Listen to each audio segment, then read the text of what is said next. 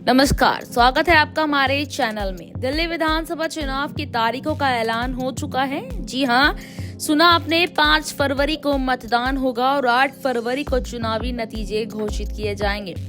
चुनाव की तारीखों के ऐलान के बाद से दिल्ली की सियासत का माहौल गर्मा चुका है। अब तक लोग यही कयास लगा रहे थे कि आखिरकार चुनाव कब होंगे, लेकिन अब ये सवाल सुलझ चुका है। 5 फरवरी को मतदान और 8 तारीख को नतीजे सामने आएंगे। चुनाव से पहले राजनीतिक पार्टियां बहुत ज्यादा एक्टिव हो गई हैं, चाहे वह आम आदमी पार्टी हो, कांग्रेस या फिर बीजेपी।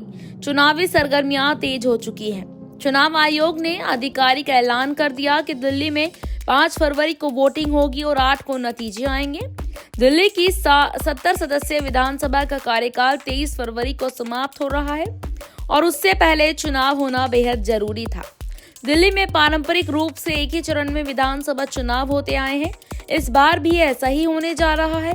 सवाल उठता है, दिल्ली की जनता किसे मुख्यमंत्री चुनने वाली है? चुनावी मैदान में आम आदमी पार्टी की लहर साफ तौर पर नजर आ रही और इसे देखकर बीजेपी और कांग्रेस की चिंता बढ़ चुकी है। लेकिन इन सबके बीच एक बड़ा सवाल ये भी है, क्या दिल्ली में आम आदमी पार्टी का दबदबा फिर से कायम रहेगा? बीजेपी की चिंता बढ़ गई है और चुनावी तारीखों के ऐलान के बाद तो न जाने भारतीय जनता पार्टी में फुसफुसाहट शुरू होने लगी है।